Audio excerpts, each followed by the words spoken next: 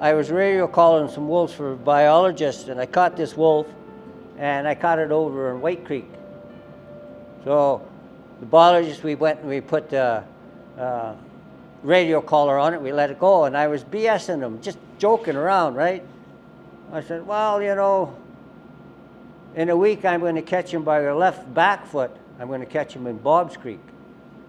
And I'm going to catch him right near where you first come into the forestry there in Bob's Creek. Well, be damned if we come back. Here I got this wolf caught. I caught that wolf 3 times. Same wolf 3 times in a leg hold. And I told him by which foot I was going to catch him each time. It was a total fluke. Well, they thought I was a wolf expert for sure because I caught him exactly how I told them. But it was all luck, right? I would rather be lucky than good any time. So this gives you a little bit of idea of the size of their feet. The hair on their foot really makes a difference. They can be agile on ice and stuff. That's why they like to chase ungulates onto the ice. They step about 12 inches between their tracks. These wolf traps that we have now, most wolf traps nowadays, is just the perfect size that they don't like to step over them. So they'll step on them. So a lot of people have the misconception that when you're bedding your wolf trap, it has to be underground. And so in this country, if you dig a hole and put your wolf trap in the ground and it's below ground level, what happens?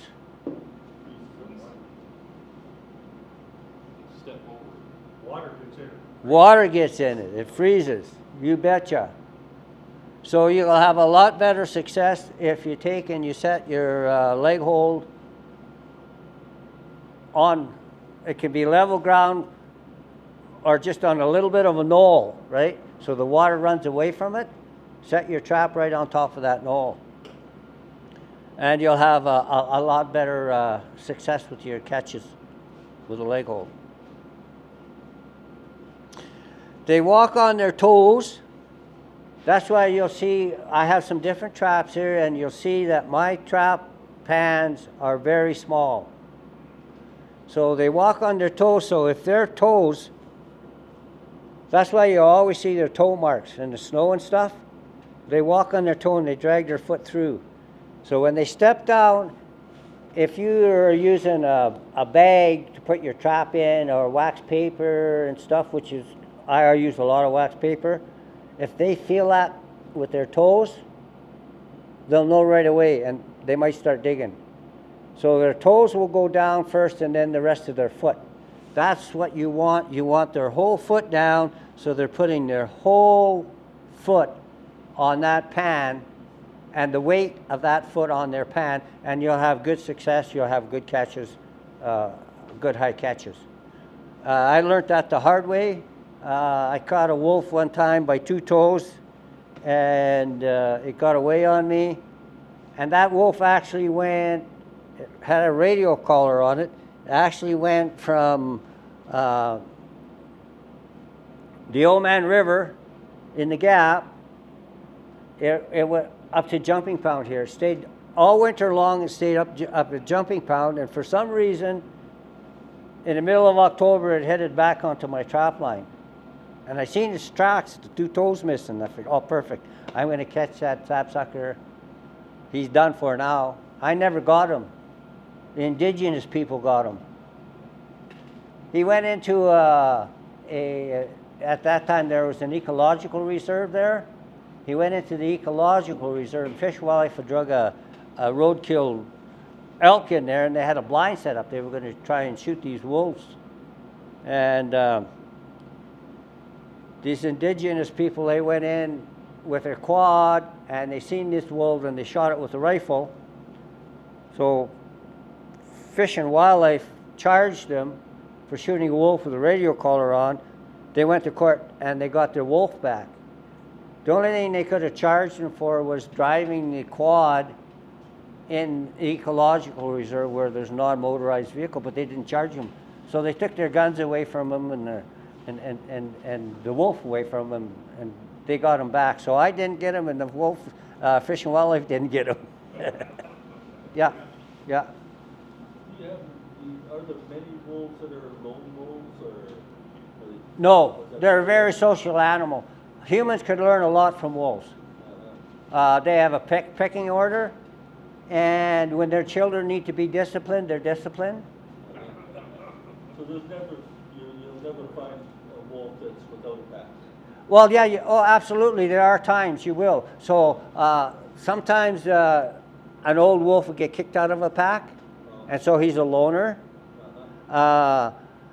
Other times when the alpha male and female are breeding, the pups will break away, and they'll try to find somebody and get another mate and get bred so they can start a pack of their own.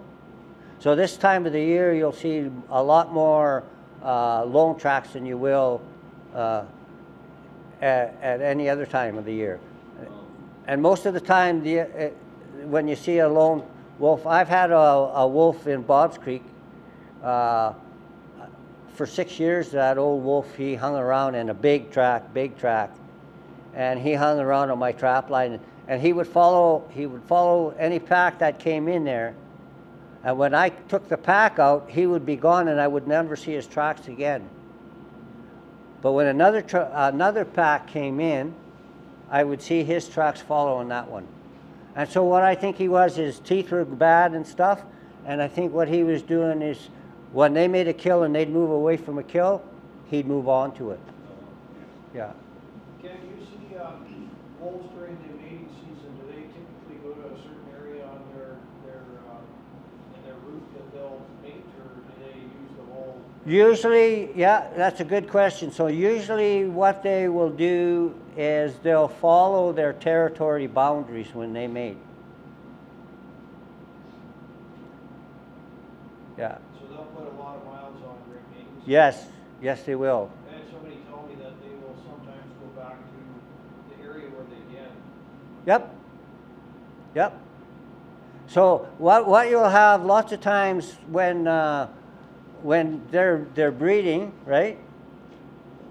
The alpha male and female will chase the pups away, and the pups will go to the den site. And then once the alpha female has been bred, lots of times the pups will go back and forth from the den site around, and then once she's been bred, then they'll form the pack again. They'll come back and form the whole pack again. But the pups, lots of times, and that's the same thing, lots of times if you take out the alpha male or female and the pups scatter, that's where they'll head. They'll head back to the den site. Yeah. You know how they say that only the alpha male and female breed? Yeah. But they proved in Yellowstone that that's not necessarily true. They said they've had a number of packs that have had 2 or 3 females that have got bred, out of the same pack. They have got bred, yeah, but it's not from The same male? the same male. Yeah. Okay, I just know that Yeah. Did you send some of those wolves to Yellowstone? What's that? Did you send some of those wolves to Yellowstone? I'm not answering that. I did. So I don't tell anybody from Montana that. George Kelly sent it, but you Yeah. know him, eh? Yeah, you betcha. Yeah.